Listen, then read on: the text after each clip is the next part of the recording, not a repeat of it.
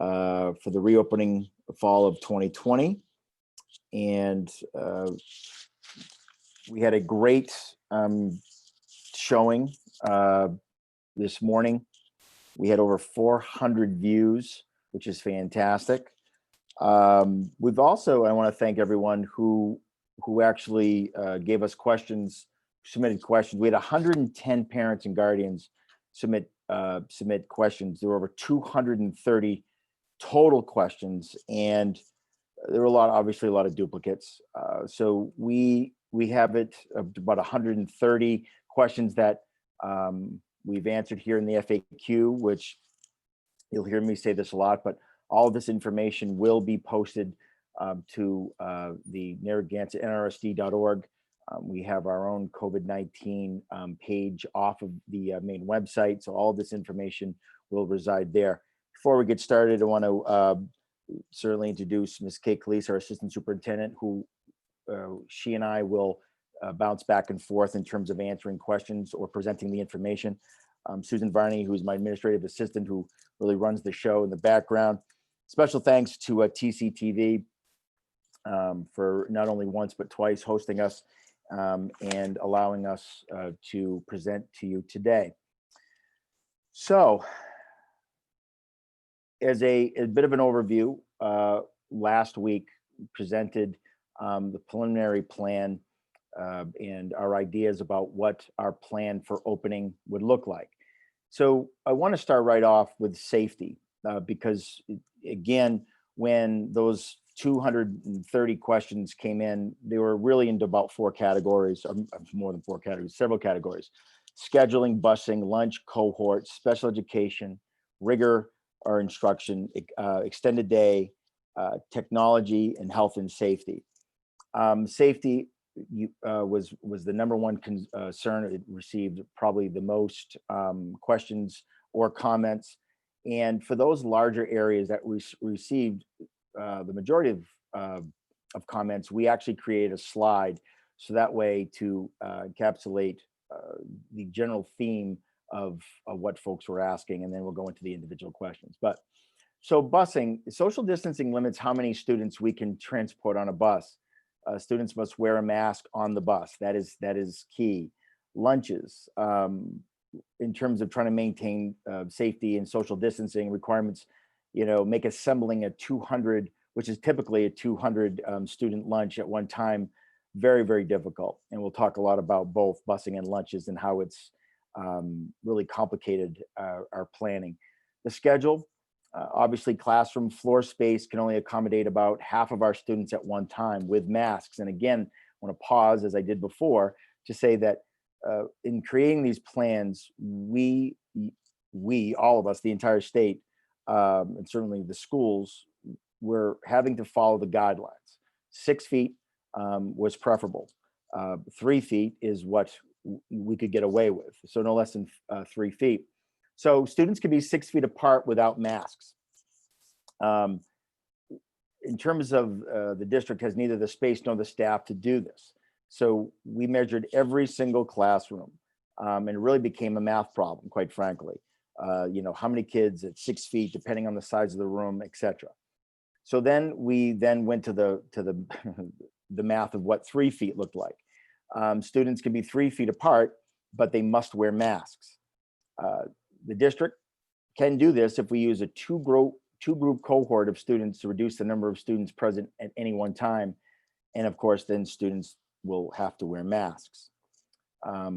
In terms of what that means, classes need to be deep cleaned between groups and cohorts. And as we presented last week, that we're really talking about a cohort A and a cohort B model. Yes, there's a cohort C and D, which we'll talk about, but cohort A would be in person Monday, Tuesday. Wednesday would be used to do a deep clean and also work remotely. And cohort B would be Thursday, Friday. And so that's what we presented out last week. And this is what we're here to talk a little bit more about. So some of the questions that came really, they focused on what would the measures be if a teacher or a student or both tested positive for COVID. And I'm only get to share the screen once because I really don't do this very well. So I think that someone else is participating. Okay, so what I want to do is to answer that question directly, and this is a DESE document that we will, of course, will have it up on our webpage, but the protocols for responding to COVID, it's about a 19-page document, and it answers all of those scenarios. And everything from whether a student or a staff member gets sick here at school, outside of school. Many questions surround were really focused on, well, when will you know how to close the a school? What will trigger that? All that information is in the protocol, which I'm showing you here today, at least the face of it. And that, of course, in conjunction with consulting with our DPH folks and our Board of Health locally, will make those decisions. Because, of course, the other questions, well, how soon will we notify folks, and how will we notify folks, and will my child's name be used? And first off, we're never going to utilize a child's name, or a staff member for that matter, if they become COVID positive. But DPH or the Board of Health will take it from there, so to speak, to notify folks that may have been in contact. All of these procedures are outlined very specifically here in the protocol that was sent out by the Department of Ed, but of course through the CDC. Another major question came about wearing masks. So there were a couple variations of these questions, but if medical reasons prevented a child from wearing a mask, will a doctor's note suffice? And the answer to that is a doctor's note will be required for any staff or student not to wear a mask. It'll be the only way a child or a staff member can in fact be part of the in-person learning or be in the school, is to wear a mask. And that brought on a lot of other questions about discipline and what happens if a child refuses to wear a mask, or the family refuses to have the child wear a mask. And in short, that'll have to be and will be addressed through policy, which the school committee will need to engage in. But in essence, it would mean that if the child refuses to wear a mask and they do not have a medical reason, then they'll have to be educated remotely. We are firm on that, and the guidance is fairly clear. We talked about phase one of a plan, and phase two in terms of a hybrid. Phase two of the hybrid model that we presented last week was actually still a hybrid, meaning there's still a cohort A and there's still a cohort B, but they would go to school the entire time, meaning the entire day of all day Monday and all day Tuesday for cohort A, and all day Thursday, all day Friday for cohort B. What that really hinges on is lunch, and of course transportation, which we'll speak about later. But it is very difficult right now to find a way to feed everyone we need to within the building, and that is utilizing all of the available space. We're talking gyms, of course, the cafeterias, etc. Because currently, right now, you have to sit 6 feet apart in order to eat, because that's the only way you can not have to wear a mask. You have to be facing the same direction. So when you have a cafeteria that could usually hold over 200 students, you very quickly find out that now the cafeteria can only hold, say, 50 for that matter. So in order to make to phase two, or to get to that situation, we'll have to purchase things like tables and figure out what do we do now that the gym is being used and we can't use it for gym, but we need to use it for lunch. And just from a pragmatic standpoint, it's better to start this off slowly, because we need to make sure that everything is going to work and work well. And we don't want to get too far ahead of ourselves. I'm sorry. Okay, sorry. Thank you. So again, the other questions really surrounded about what exactly will happen if folks become they test positive for COVID. And again, that guidance is pretty is very well spelled out in the protocols that I just mentioned and will be posted. Will kids get in trouble for not wearing masks? What will the punishment be like? Well, in terms of punishment, et cetera, we're really talking about policy at this point, and we know that they need to wear, anybody that's in the school who comes to school, staff or student, will need to wear a mask. So let's see. How many children at most will be in a classroom? Well, it really was a math lesson, quite frankly. How large are the classrooms? We've removed furniture as best we can to get as much physical space or floor space possible. But to answer your question, that there'll be 12 to 18 children in a room, depending on the room size, K through 12. Our rooms are not all uniformly the same size. We've measured and remeasured and have, seat to seat. There was guidance on that we had to follow, and that's what we did. And so ultimately, anywhere, depending where you are, between 12 and 18 children. How will you deal with asymptomatic children? Well, first, I'm not sure how we would know someone is asymptomatic, but that's why you have protocols. That's why you have procedures. So if someone does start to exhibit any of the symptoms of COVID, that, those are spelled out, and we know the procedure and what to do and how to do that and who to contact and how quickly to contact. So, and how will we deal with asymptomatic children? Well, they probably have to exhibit one of the symptoms. But clearly, if someone is not feeling well, staff or student, we want you to stay home. And if you're not feeling well, that's where you need to be. So in terms of those questions, they really, although there were quite a few of them, they really focused on how we would notify and how quickly we would notify folks if someone became tested positive for COVID.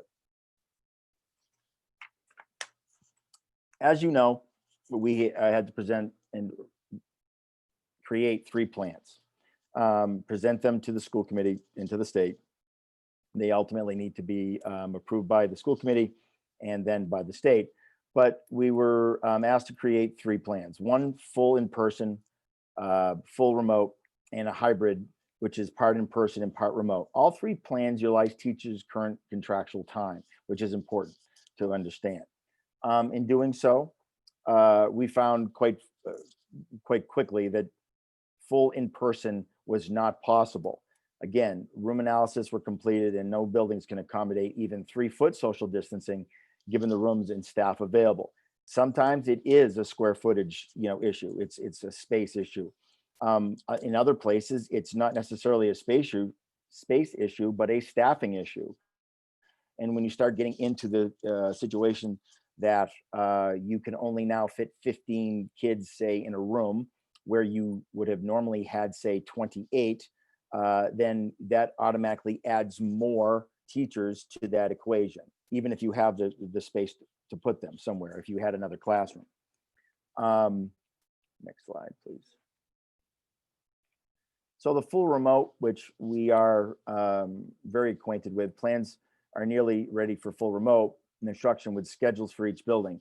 Right off the bat, let me say that we received a lot of feedback on how we did in terms of full remote instruction.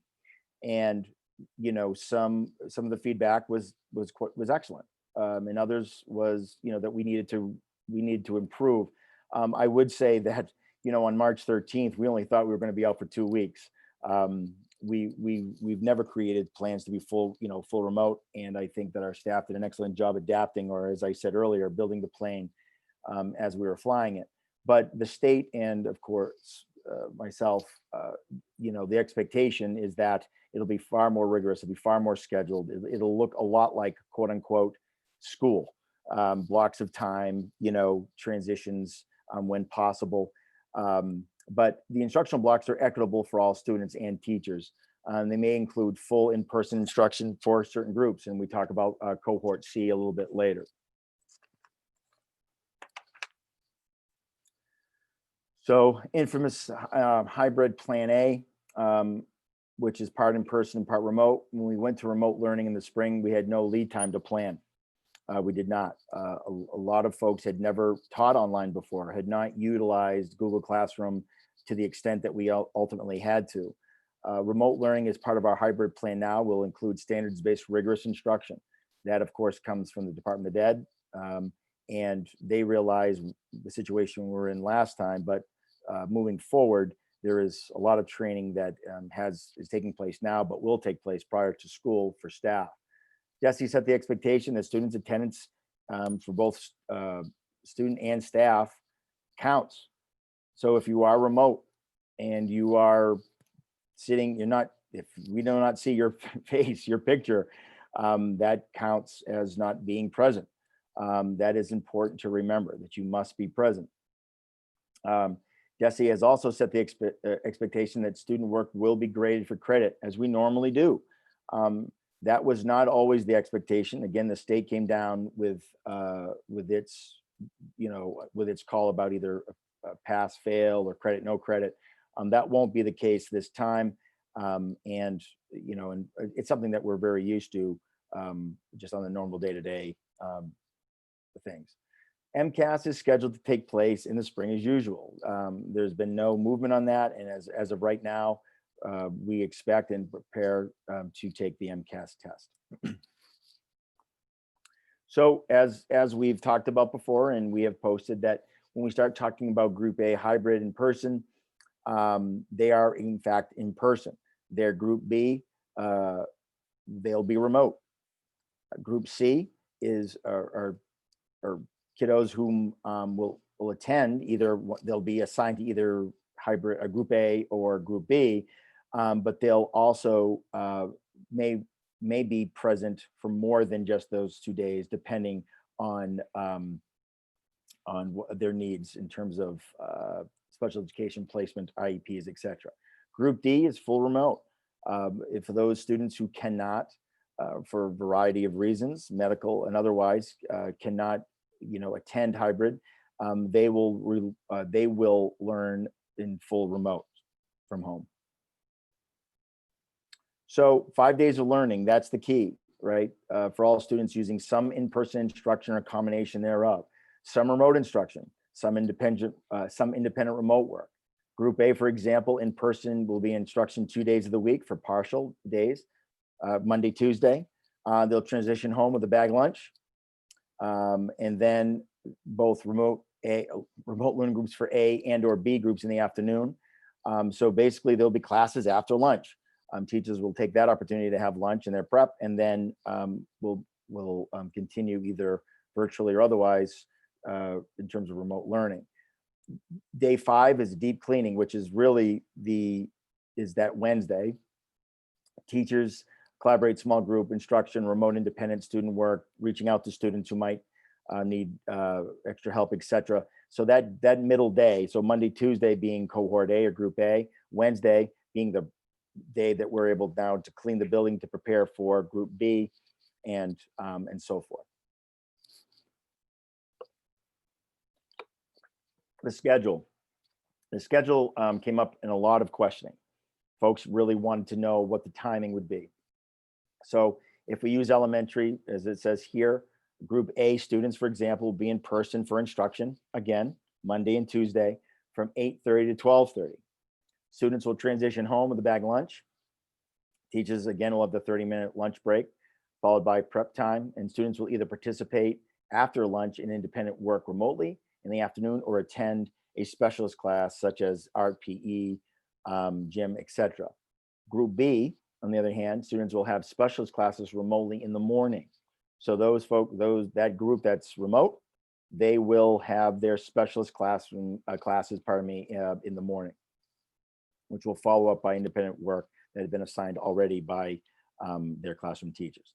Elementary, Thursday, Friday, again, groups A and B switch Thursday, Friday. So the secondary schedule, middle and high school, Group A, again, Monday, Tuesday for in-person instruction from 7:45 to 11:47. Students will then transition home with a bag lunch. Teachers will have their 30-minute break. Students in Group A will continue with independent work remotely in the afternoon that's been assigned, obviously, or worked on that day. Group B, who's obviously we're working remote, students will have an independent remote work in the morning and followed by 2 remote classes in the afternoon led by, of course, teachers. Thursday, Friday, the groups will switch. So here's an example of a middle high school schedule. If you do not understand it with all these letters, it's okay. just ask your middle schooler or your high schooler, and they will help you out with this. But it's a rotating schedule, so it's A, B, C, D, E, F, G is all the blocks. There's 7 blocks there. So on that A day, let's pretend it's Monday. They'll have, all their whatever classes that they have. They'll go home for lunch, and then they will do remote classes from those next 2 blocks. On a typical situation, when we're back in the day before COVID, they had 7 classes a day. Folks have asked, what will they be learning? Well, it'll all rotate. So it might be just for this child, math, social studies, science, etc. And that will rotate the following day. Okay, did you have something? I did. I wanted to just add to this that unlike the elementary schedule, which students are in a self-contained classroom with their regular classroom teacher for all of their subjects, in middle and high school, as Dr. Cassavant said, they generally follow a 7-day rotating schedule. So the letters in white, A, B, C, D, E, in this first column, that would be, say, your in-person students will have 5 classes in the morning. They'll go home, and those in-person students will do some remote work in the afternoon.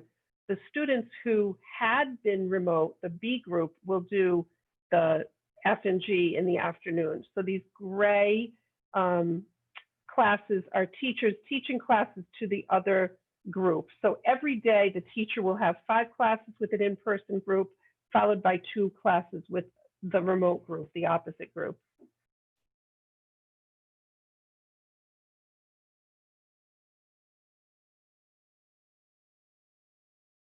Sorry. The cohort schedule and lunch questions were probably next of the largest in terms of the cohort, and also the schedule. So some of the questions that happen in the schedule, like what is the first official day of school? Well, the school calendar has to be approved by the school committee, and so it'll be my request this upcoming school committee meeting that we start on September 14th. The reason why is because I'm sure that you've heard, but negotiations at the state level put 10 training days prior to the start of school for teachers, which will be essential as we move forward with creating the instructional framework of all 3 programs plans. And so given that there'll only be 170 days in the actual school year. So given, so ultimately that the last day of school, I can say to you, will be June 11th. As a silver lining, I suppose, the Commissioner of Education, when asked about snow days, could they automatically become remote learning days? And he said yes. So there won't be any snow days as that we know. And so we can pretty much count on the June 11th as being the last day of school. I'm not sure what I'll do for snow day videos, but we'll try to maybe think of something. We'll have to be creative. Okay, so will the high school, middle school student be rotating classes as they normally would? Yes. And they, I talk about using the Hannaford model. There'll be arrows on the floor and they'll rotate one way. But the middle school and high school will in fact rotate. The elementary will not. If another question was, if state guidance relaxes on their distance guidance, would you be able to adjust to a full day program? That is the hope. We just hope that we shake this thing early and we can just come back to school as we always have. Again, people have asked about the times. We've already discussed that, but middle and high school will be 7:45 to 11:47, elementary 8:30 to 12:25. I will say to you though, very candidly, depending on how the numbers fall about who will be really it's about busing, quite frankly. If we're not able to bus, and we'll get to that, but we may have to stagger times maybe at the elementary, given the amount of students that we can or cannot actually transport via bus, but more to come on that. In terms of the schedules, the hybrid and all virtual, they will be posted once they're complete in terms of any type of schedules, whether it be high school, middle school, or the elementary. If parents that choose the hybrid plan, would they be able to pick the days that their children attend? No, but all measures have been taken to assure all members of the same family attend during the same cohort. So what's important to know is that really it's about household, because not all families have the same last names, because folks were saying about being alphabetical, but that doesn't always ring true in terms of last name. So we're going to look at households, and we're going, no matter the level, whether it be elementary, middle, or high school, we're going to keep those students on the same cohort. The next questions obviously become, well, what about, I have so-and-so with daycare, or I have, these arrangements. The quick answer would be no, but we're going to try to do all that we can to keep, kiddos and folks together whom need rides or otherwise, but we really have to look at the family cohort first, and that is our first priority. So it said that, with so many other districts starting full remote, to see how things go, is NRSD not taking the same approach? Why not put the effort into developing a methodology and curriculum for remote learning rather than in-person learning? Well, we're doing both, because one, our goal is to get back, quite frankly, full time. So we're looking to that, but we know that hybrid is all we could do right now. We are looking at the remote learning methodology. And matter of fact, a lot of the time expended on those 10 days will be dedicated to that. But I want to say that according to the Commissioner of Education, over 90% of the districts in this state are going to a hybrid model. So it is not, and I know that there are districts locally, or maybe we've heard of some, that district is doing this and this district is doing that. 90% of the districts that submitted their preliminary plans were hybrid. Is it possible to hold outside classrooms, possibly in the gym or under tents? Tents, I said this earlier, tents are hard to find, for one at this point, but all appropriate spaces are being used, as needed. So the gyms, we need a place for the gym, but yes, we're looking to see if we need to turn those into cafeterias, but then we got to figure out where they're going to have gym. So every available space, even the cafeterias for classrooms, are being utilized. If we choose remote, can we change our mind after the first semester? That's a great question. Ultimately, and this is important, once the plan is officially accepted and voted by the school committee, we're going to reach out as quickly as possible to, really lock in whom is going to be, educated through the remote, through the cohort process, and whom will be educated remotely due to medical, constraints or otherwise. Once that happens, it really becomes, again, a math problem. So we can only fit so many children in the classroom, given the guidelines that the state have, directed. So once we get those all set and we get them all settled, sure, if things have improved and you feel better about sending a child back to the cohort, we'd love to have everyone back, but that's not going to happen immediately, because again, there needs to be a spot available to move someone back. If 15 is the number that is the limit to the number of students that we can fit into a specific classroom, and your child, for example, after, in that scenario, is going to move back, we're going to need for a spot to open. We just can't put a 16th chair or desk or whatever the case may be in that classroom. So, it's going to take some time, quite frankly, or the conditions or the protocols or what the state sets in terms of distancing would have to be relaxed for us in order to increase the number of students in those classrooms as they're set right now. Will we have the choice to choose full remote or otherwise? If your child has a condition in which, is related to health and they cannot attend the cohort, then of course, again, going back to as soon as the plan is developed and approved, we're going to be reaching out and we're going to say we need to commit one way or another. And that is really, all about what the parent says, obviously. But in that case, then I guess the answer would be yes. You can choose to receive your child to receive instruction remotely. Will there be a day to do a step-up day? Yes. So children whom, say, the 5th grade are moving up to the middle school, there will be. More information to come. We're trying to get the basics figured out first, but all of those things that are important will in fact be offered at some point. Cohorts, generally the question is about how does my child get into a cohort? And again, it's about making sure we know the total number of students whom are going to be in the hybrid model. And then, as said, we're going to look at addresses to make sure that all the students that are, or family, they're part of the same family or in the same cohort, regardless of level. And then we're going to have to balance, and it'll take some time to do that.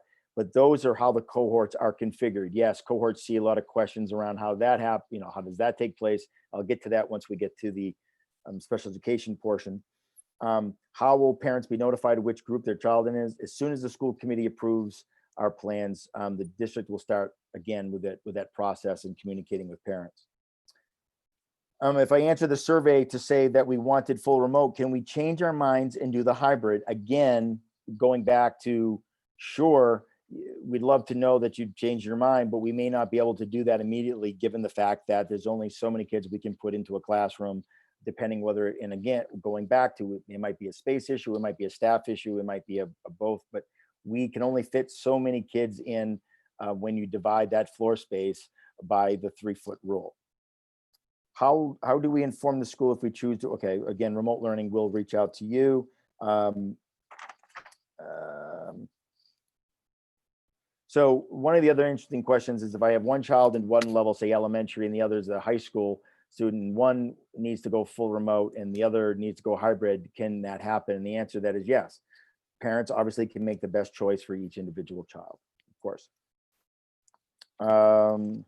If a child has the same child care, can they be placed in the same group? Again, I'm going to go back. All requests will be considered, but we're going to take care of the families first and then figure out how to maneuver the other needs. Again, I want to say it. This entire FAQ will be up on our website. So if you're like, oh my God, I missed something, don't worry, it'll all be there. Okay. What is the plan for full remote students? Will grades be low, levels be combined to accommodate more students per remote teachers?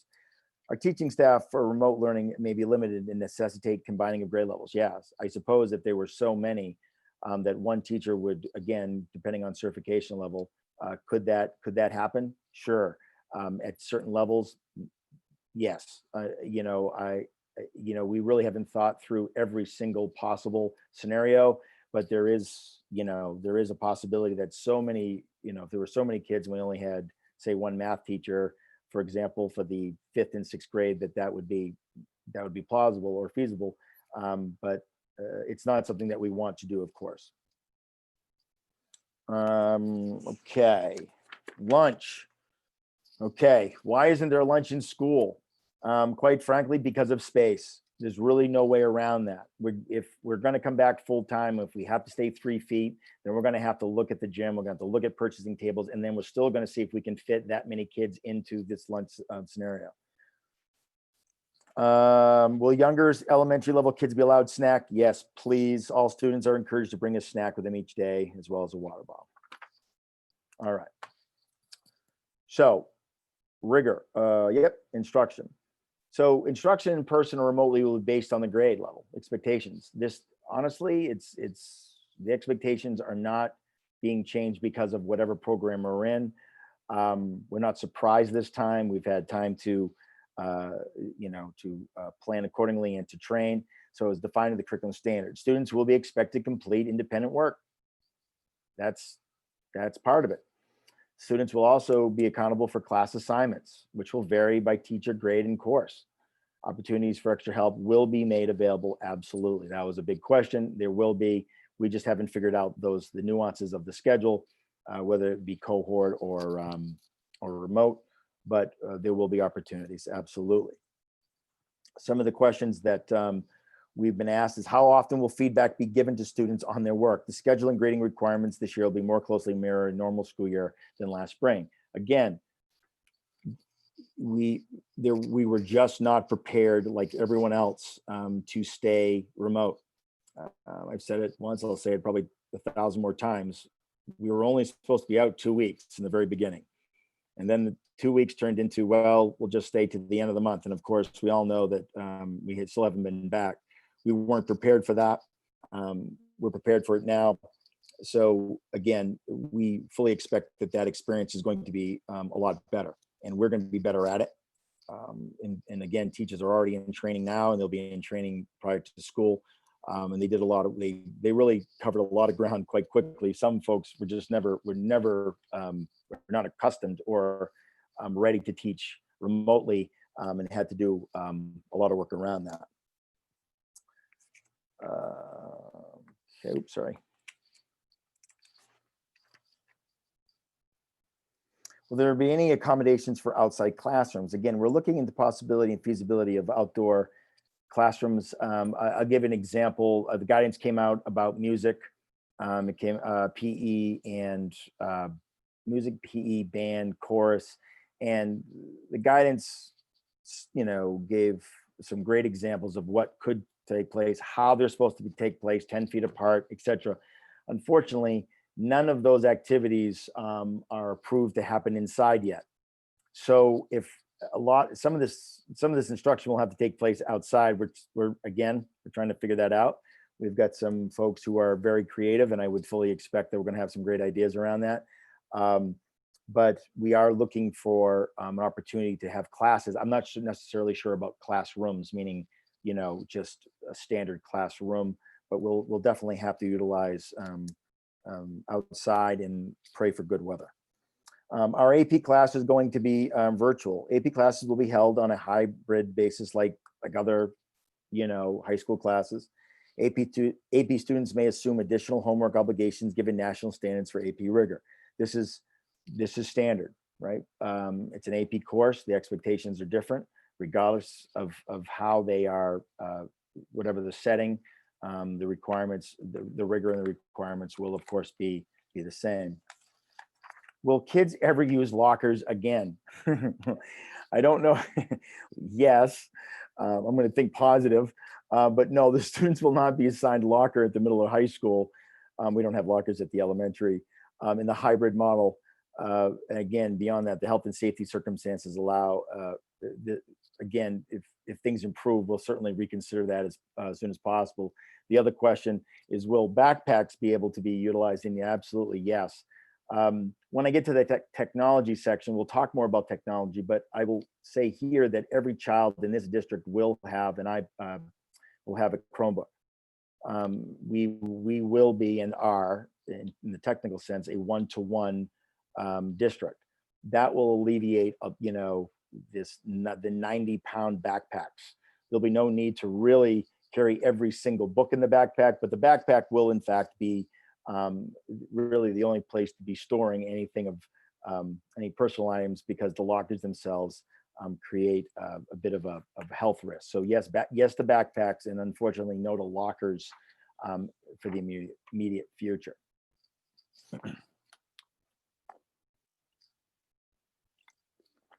Special education.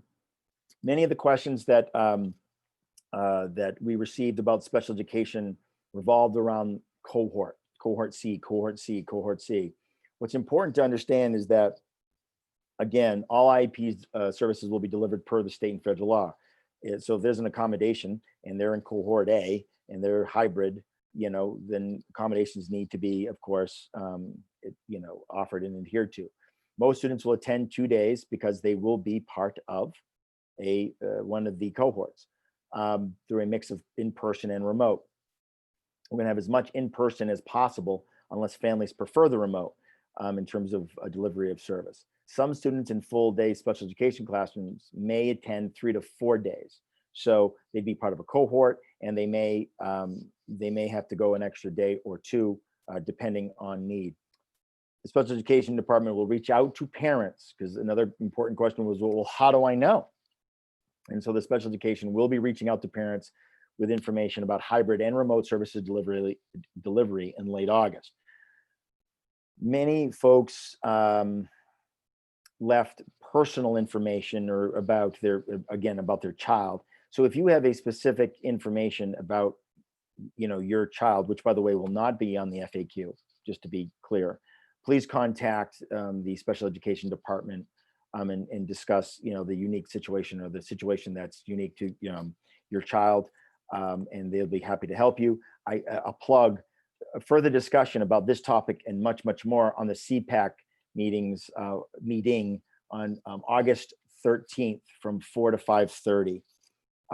That'll be important. So again, some of the questions that we received: what determines which student belongs in Group C? I've said that, but I'll read it.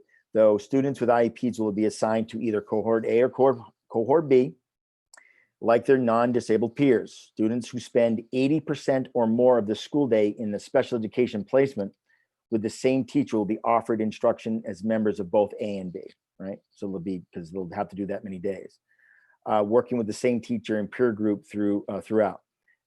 Folks have questions about pre-K, IEPs, or K, whether it be A or B, but pre-K students with IEPs will also attend both A and B days. Again, we received a lot of specific questions about their child.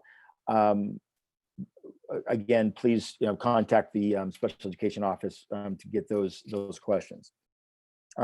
What about the children that struggled with remote learning last year? The special education team is working closely with the colleagues to make sure that when necessary, remote instruction and services are engaging and effective as possible. There are many innovative ideas that work, and our teams will be working very collaboratively with parents and teachers to ensure that students are engaged. I understand there was a disconnect last year in terms of special education services. Much had to do with the fact that the federal government, the state, were not prepared to really address FAPE, least restrictive environment, all the things that go with special education placements and instruction, and we will certainly, as a collective across not only the state, but certainly the country, we'll do a far better job now that we're better prepared and have a bit more lead time. Busing. Every great idea that we came up with, every great idea everyone else came up with, that we were very willing and able to steal, really fell apart in terms of transportation.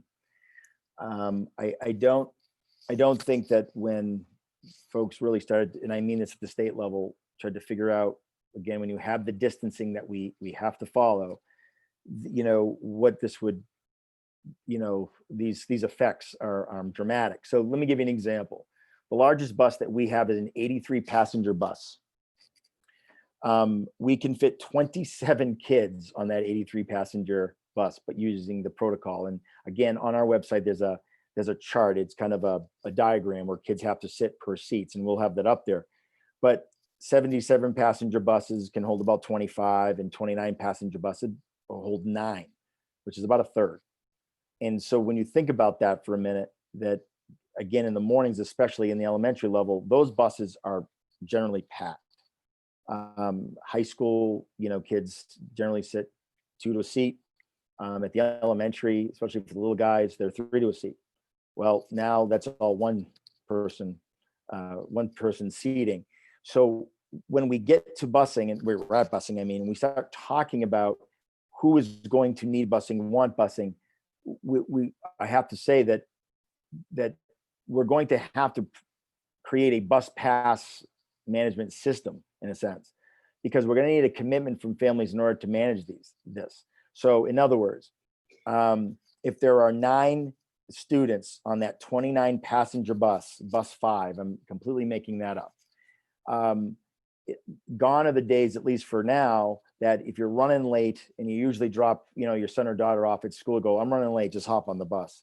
That can't happen, because that seat has already been assigned.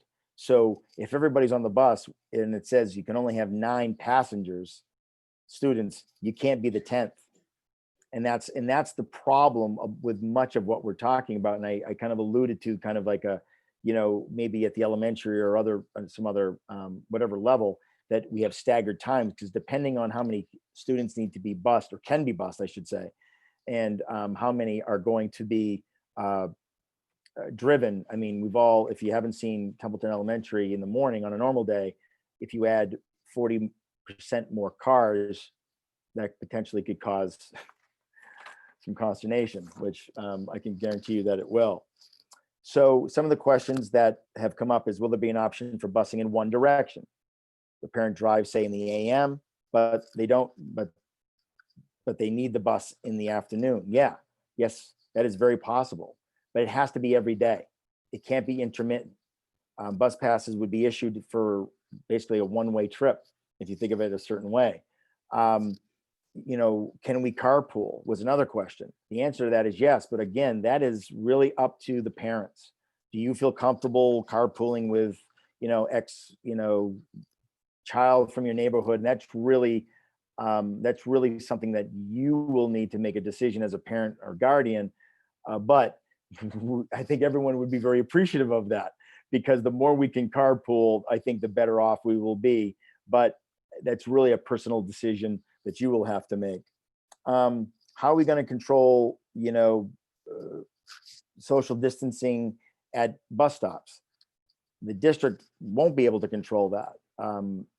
Again, we'll have to practice safe distancing. The older kids certainly know how to do that. I know that the younger kids do as well. But generally, when I drive through there are parents at the elementary stops with their children, but I in terms of us, managing that, we're certainly going to talk about that. We're going to let folks know that they have to keep social distancing, but ultimately, we just won't be able to take an active role.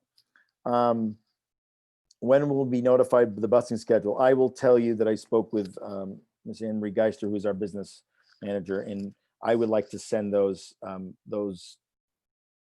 forms out immediately, meaning by this week, because once we understand how many kids and who are they, we're going to have to rechange the routes. We're going to have to literally redo all the routes. So the sooner we do that, the better. So just to clarify, send out the information to request from parents whether you'll take the bus or not sending out bus assignments this week. Correct. Sorry, thank you. Okay. How will districts pay for the extra bus trips? Well, we're trying to figure out what that means, because buses are expensive. We don't really know what we need yet, because we don't know how many extra, but money's from CARES Act, and we're certainly trying to write as many grants to cover a portion of the budget, but there just isn't the amount of, there just aren't the buses available. I think that we have 12 buses on a, when things pre-COVID, given the number of kids, and if you do the math, depending on the size of the bus and the routes, we would probably need 18 buses. And so when you start talking about the cost of that, it's astronomical. So it's just not fiscally possible. So that we're trying to do some other things. The other part of that is whether, even if we needed 6 to 8 additional buses, whether the companies have those additional buses for all the districts that need them. That's another constraint. Exactly. There's just not all these buses out there just available, because every district is in the same boat in terms of busing. Will busing be staggered? Potentially, but we discussed that. Okay, technology. So really the technology, over 850 families completed, and thank you, the reopening survey, 96% of the families reported having reliable internet. Those who do not, and we know who they are, we wrote a grant and received it to supplement internet access for families with unreliable service. And again, we'll get more into that once we actually choose a vendor. But Mike Wakefield and his crew have done an excellent job. Chromebooks will be provided to every single student in this district. We passed out as many as we could last time. They some of them were our older versions. They were end of life, but the ones that we have here in the buildings, we're getting them configured. But every child in this district will have a Chromebook, which is quite a feat. And so we're happy to say that. And really the basic question is, if I have multiple children in my home and I only have one laptop, what do I do? And again, we do have a Chromebook for every child in this district, and we'll be rolling that out. The other part of that is that we prefer students to use their district device for any remote learning, because all of the apps and gateways to learning are accessible through the district owned laptops, Chromebooks, more easily than they are through a personal device.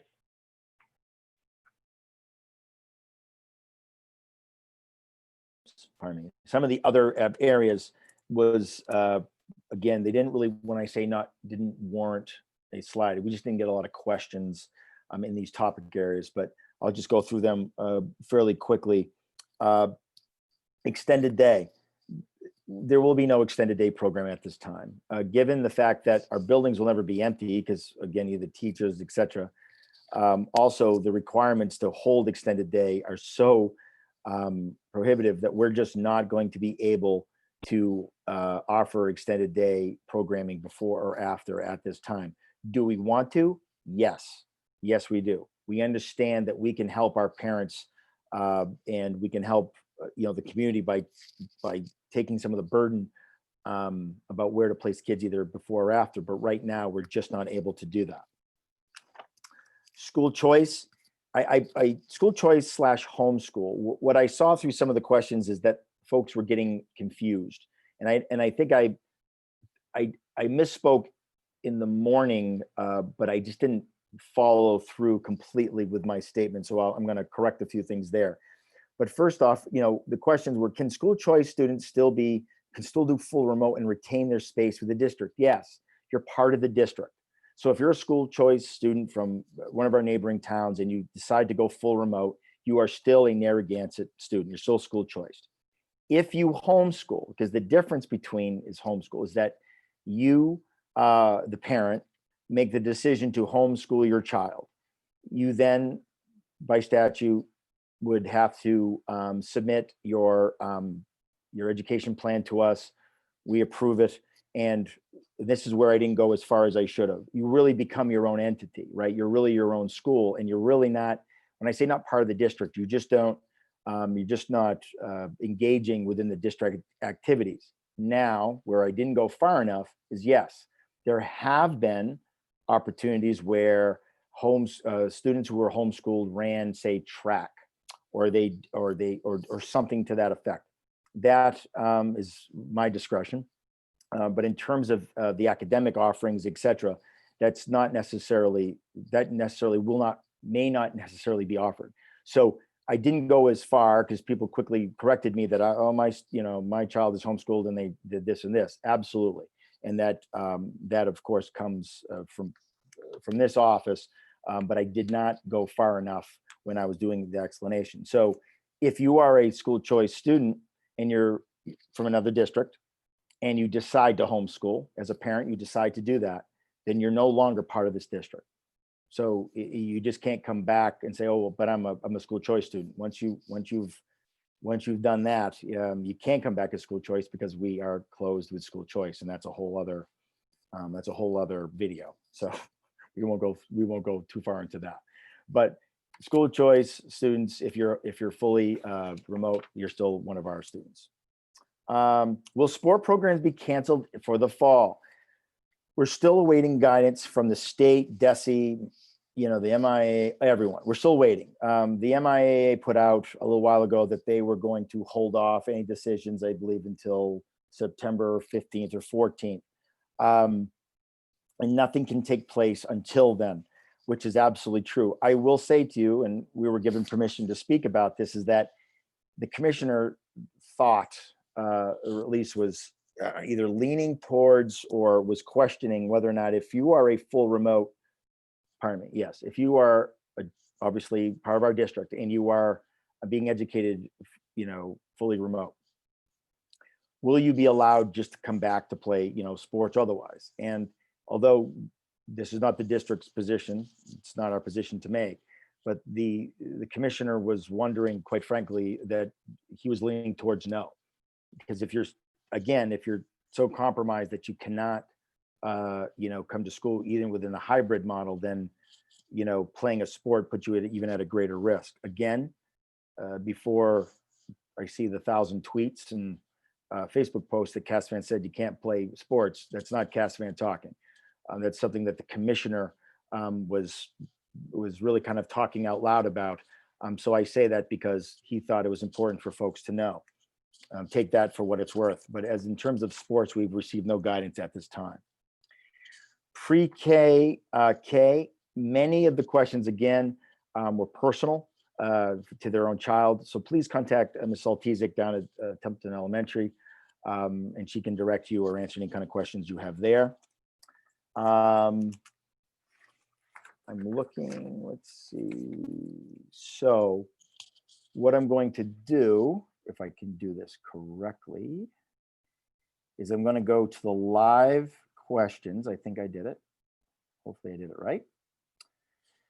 And see if there are any questions here that I did not answer. So who is included in Group C? And if you have more than one sibling, will they go on the same schedule if one of your kids are in Group C? So the answer to that is yes, but don't forget, as explained, your child who's part of Group C may go an extra day or so. So they may be both cohort A, right? Mondays and Tuesdays full. But the child who might, your child who might be in Group C may go another day because of need. Who decides which group child goes into, and when do parents figure out? I've answered that question. It'll go by family or by address, by family, certainly by cohort. And then we're going to balance the groups. And as soon as the plan is approved, then we'll start creating that. Why can't the district live stream teaching cohort A so cohort B can follow along, participate in the class by asking questions? That's actually been debated. I think it's still being debated at the state level and beyond. There's some privacy issues with live streaming. And I think that we're still waiting on some guidance on that, quite frankly. So it's not that a teacher wouldn't say, wouldn't maybe tape their instruction, but it may have to be without students being present. I did skip over one important, piece here, is that, again, everything that I'm speaking about really is not been approved. The school committee ultimately has to approve, and also we need to talk to our unions as well. It's also negotiations is part of this. So I certainly don't want to give the impression that any of what I'm speaking about is something that's just a done deal. There are a lot of conversations that need to take place. This is just a perspective from the district and what our recommendations will be. Everyone gets one. What happens if they're damaged? Who pays? The insurance options for families. It's a great question, Julie. I think that there is an option, but I have to tell you that I'm going to have to get back to you about that. I don't remember if there was just insurance that the family can purchase, or is it just insurance from the school? So I'm going to mark that, and actually I'm sure Susan will mark that, and I will get back to you. I don't know the answer to that. How can the kids have a mid-morning snack if they can't eat lunch? They can have that. We're going to have to figure that out. But I can move 15 kids into a space a lot easier than I can move 200 kids. So in one place. So we want them to have snack. We just need to figure out how to do that. Another, so we will have to really give that some thought, but they could possibly have snack outside when they're going to recess, or, we can look at different options for small groups of kids more easily than we can for the whole grade level or group of, 100 plus 200 kids for lunch. What about kids who need physical assistance with eating and prepping lunch? I shouldn't make this assumption, but if it's a physical disability, certainly I'm sure that it's covered, or that will be handled through whatever services that are happening. But we certainly will have people around who, as someone who's done plenty of kindergarten, first grade lunches, opening milks, or whatever the case may be. But if it's a physical need, then I'm sure that that's been addressed or will be addressed through your IEP team, I guess. If the student is home and does not work on the computer well due to the internet access, can and will they be provided paper book material? How does the how does the parent student go about making that happen? We certainly have been talking a lot about that, about what do you do when if an option is to be made available. As folks know, the passing of paper and books is something that we've been guided to try to stay away from as much as possible. I'm not saying that it's impossible, but making that happen, I would, depending, I'm not sure what grade level, but I would certainly reach out to your building principal.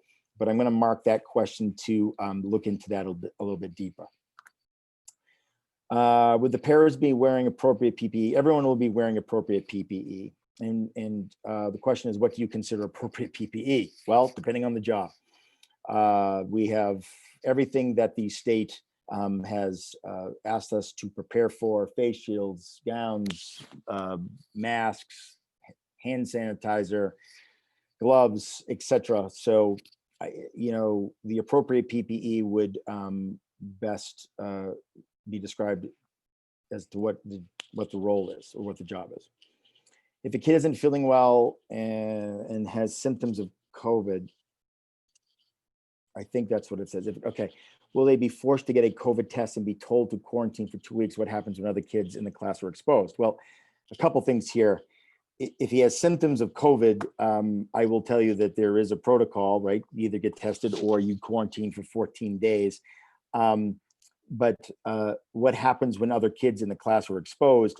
I'm not sure what they were exposed to. So if they were exposed to COVID, ultimately, then we would notify everyone that there was someone who tested positive. But the protocol speaks very specifically about this, and it would really be determined on a lot of different factors, which I don't want to assume. But certainly, folks will be notified in either case.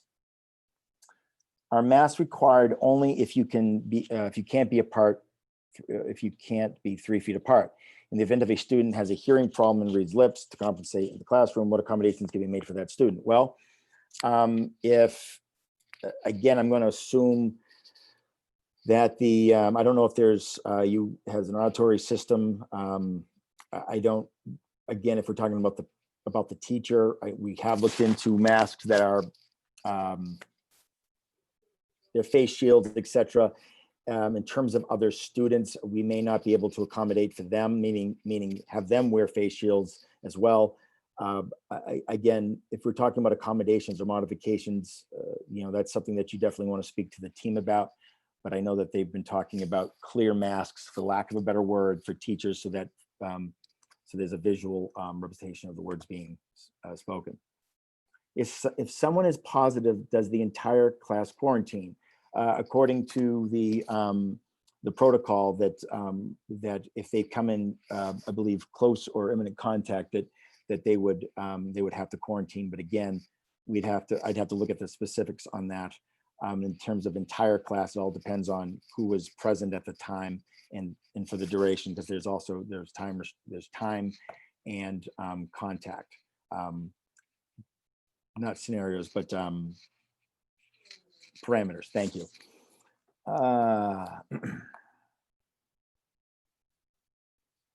Okay, how will the remote platform work, and will the parents get training on the platform? We've been talking quite about this, and first, if we're talking about the Google Classroom, we are most certainly going to try to hold as many virtual training sessions as possible. What that means, I don't know. If it's any other platform, because there is word that that the state will be contracting with an education company in terms of a platform, then I don't know that. We'll have to see what they're going to be able to offer. But in terms of Google or Chrome, pardon me, the Google Classroom, we are going to try to offer as much training as possible to everyone. But first, we have to get our students and our teachers trained up first. Masks are required if they can't be 6 feet. Okay, it wasn't the matter. Okay, I think that answers it. Yep. Masks are going to be required K through, because again, I know that, and it was in the initial guidance that I believe it was K1 and 2 or pre-K 1 and 2 did not need to wear masks, but that was only if you could maintain 6 foot distance. We cannot. So everyone is going to have to wear masks. The full remote was not appropriate. Okay, telehealth rehab service is not helping. Okay, well, I thought, okay, make notes. I don't think, okay. I'm looking for questions. Question, will all teachers use the same remote platform? Yes. I can say that definitively. Now, the high school might use kind of, a high school Ask One or the middle, but in terms of Google Classroom, that will be our main go-to, but there are some other programming that will be offered too, depending on the need. I've heard some suggestions to spread the K4 or 5 out throughout the schools to do full. Okay, I'm sorry. I've heard some suggestions to spread the K4 or 5 out throughout all schools to do full-time school and other kids full remote learning with actual teaching online. This made so much more sense. I'm not sure where the K through 4 would be spread out, but the older kids, I'm going to assume that's 6 through 12 or 8 through 12. We need them to be in school too, though. We really do. Just because they're older doesn't mean that they will learn any better online. We know that online learning isn't the very best. We want to be in front, so we need to get kids in front of teachers or teachers in front of kids as much as possible. And I understand that they are far more responsible in some cases, but we want them in school too. They have needs that we need to have addressed, and we can only really do that in person for those students whom in fact can do the hybrid model. We understand that there are kids who have some medical needs that they can't be here. Our full, go ahead. You're mute. Unmute. Thank you. I wanted to add to that because if you take into consideration that our classrooms K to 4 generally have 4 teachers, and each of those teachers have around 26 to 28 students, and we can fit 12 to 14, 16 students in a class.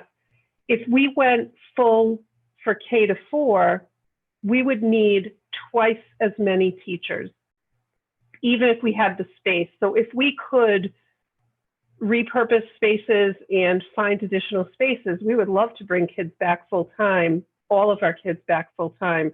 But with the social distancing required, you could only fit, we have a spreadsheet with an analysis for every single classroom in the district.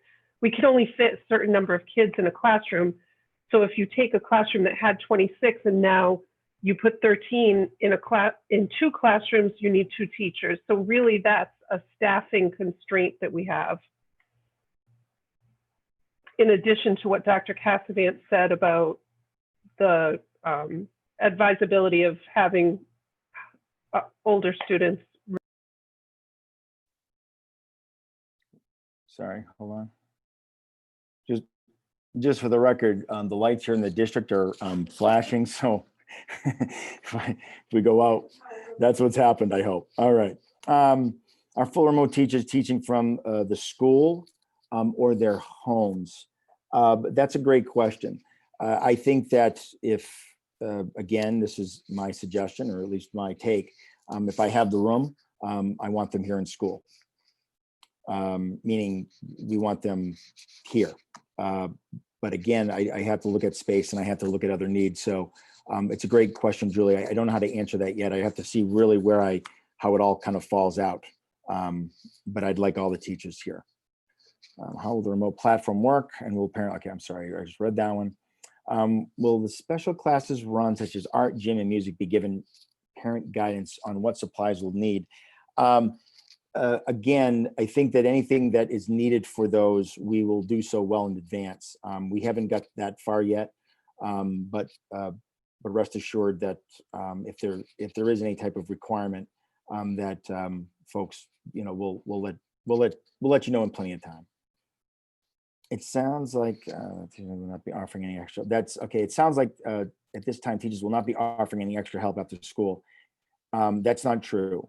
I don't know when it'll happen. That's true. Because I don't have the entire schedule. We don't have it completely figured out. But that does not necessarily mean that the kids who need extra help just in the general course of the day will not be offered that. If student need extra help, how will they? Okay, we talked about that. My kid the past 3 years. If we are going to provide some extra help, I just don't know how we're going to do it yet. If a child refuses to wear a mask and has no doctor's note, will they be allowed to attend school in person? No, they will not. And that includes staff as well. That'll have to be supported through policy, but if they're going to come to school, that they need to wear a mask. Now, let's also be clear that built into the system, which we don't have completely fleshed out yet, but there are going to be mask breaks. We're going to figure out how to do that. Again, the weather will play a huge factor in that. We know that kids, adults are going to have difficulty wearing masks for quite a long time. So we will provide them with mask breaks. If someone just wantonly just refuses for whatever reason, then we're just not going to be able to educate them here. They'll have to go full remote. He will always teach. Okay, if I tell him in first grade he has to wear a mask, will his teacher enforce that while he's in school? Yes. If I have 2 kids in group C, will Sophia be under the name like managed work schedules too? And many of us are nurses. Like, okay, if I have 2 I think this question is asking if you have 2 children in group C and a third child in group A or B, will they be together? And we're going to make every attempt to keep families together. The group C children, though, may possibly come on a third or a fourth day that the group A or B student doesn't.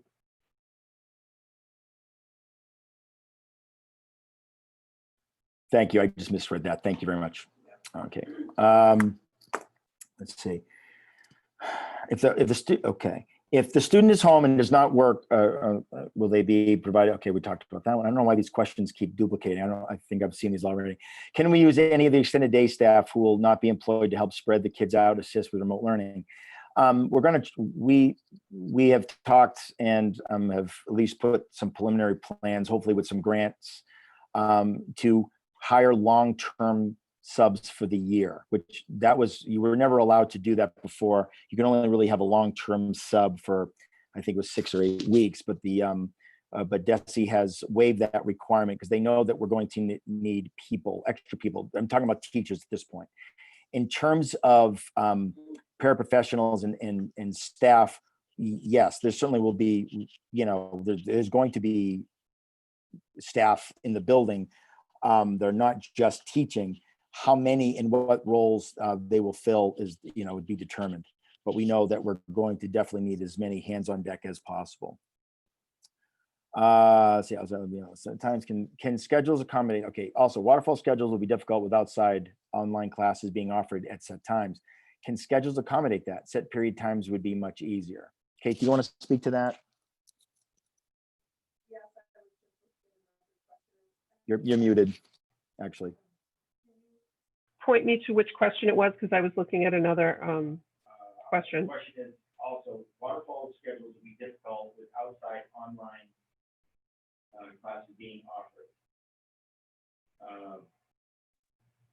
Set times. Can schedule accommodate that? Set period times would be much easier. So basically, can we set the times for both periods at the waterfall and direct online courses? Can they be set to the same time?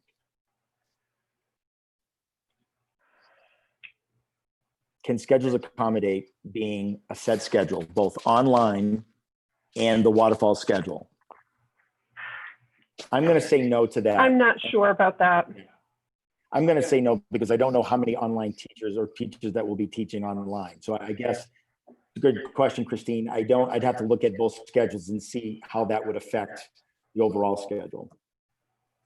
Okay. If students who are 100% remote, if students who are 100% remote learning and don't have an assigned teacher, who is grading their work? Who do they go for help? Who will be covering conferences? They will so first off, they're going to be, I'm going to make up a teacher, Mrs. Smith. We have several Mrs. Smith, so I guess that would apply on a lot of levels. Mrs. Smith will still programmatically, when I say be assigned that student, they will. Mrs. Smith will have that student. Whoever, will have to look at certification areas about teachers who are teaching online, but there'll have to be a lot of communication on our part. The online help, so to speak, or we're talking about online, for extra help. They may very well be going to the teacher that has provided the instruction that we're talking about, or their assigned classroom teacher. At the high school level, it's a little bit easier to figure out, because if you're math or ELA, we only have X amount of teachers, and we already, per grade level, so that might be a little bit easier to figure out.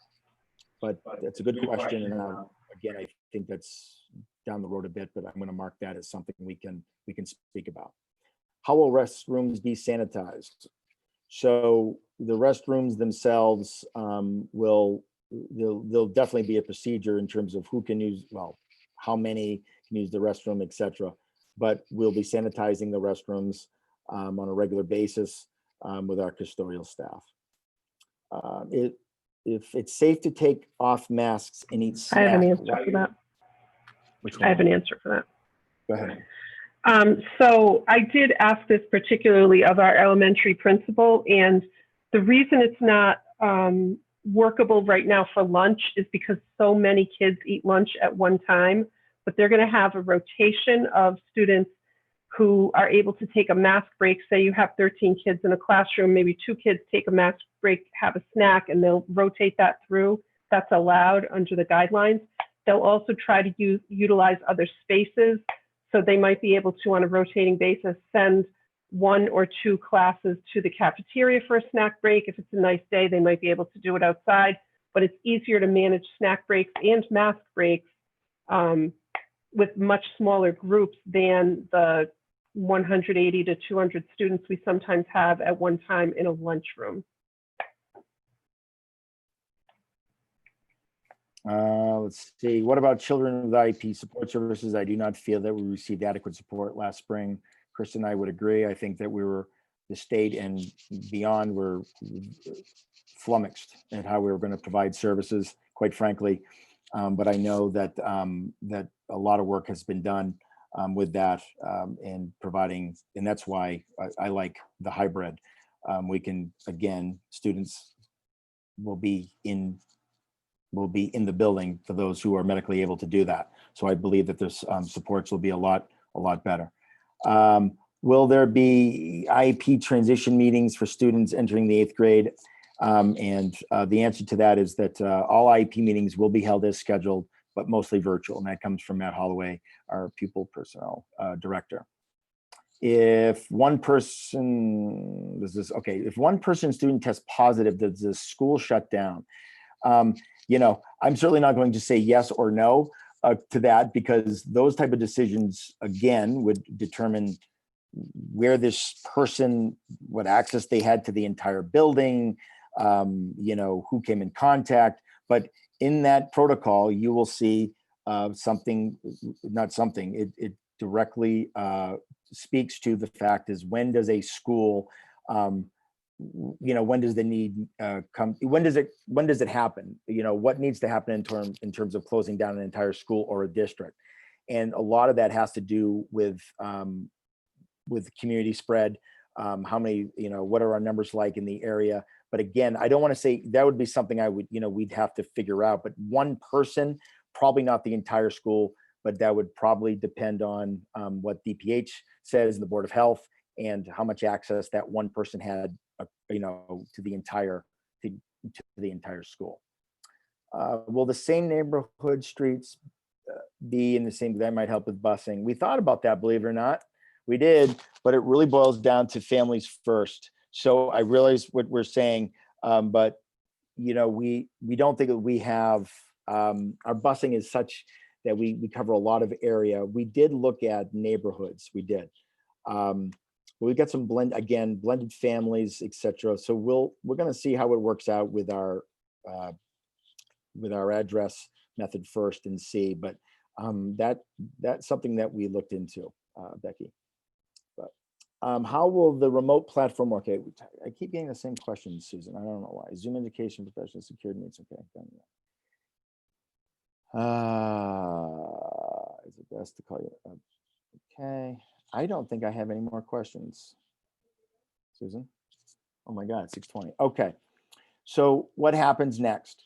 I can tell you that what's happening next is that we have a school committee meeting on Thursday. We'll discuss, of course, the 3 plans at some point before the 10th, which is Monday, unless we get some type of waiver, meaning to extend it. The school committee must vote must vote on a plan.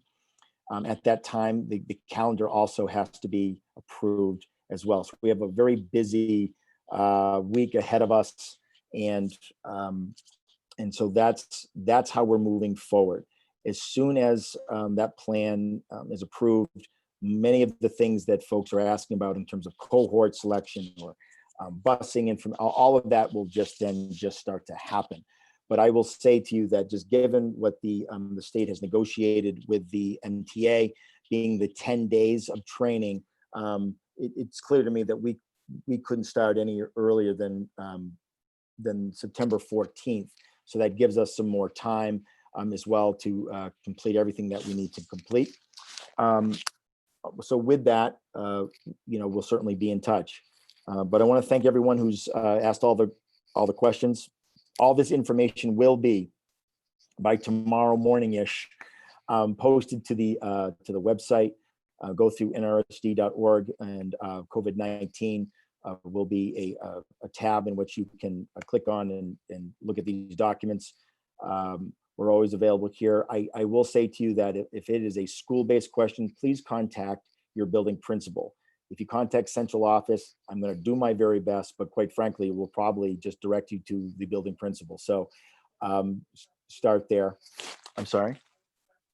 Certainly anything dealing with IEPs or special education really needs to go through to Matt Holloway through the special education office. So with that, I want to thank everyone for their time. I'm hopeful that this weather has not, knocked any of your power out, but thank you. And please let us know if you should have any questions.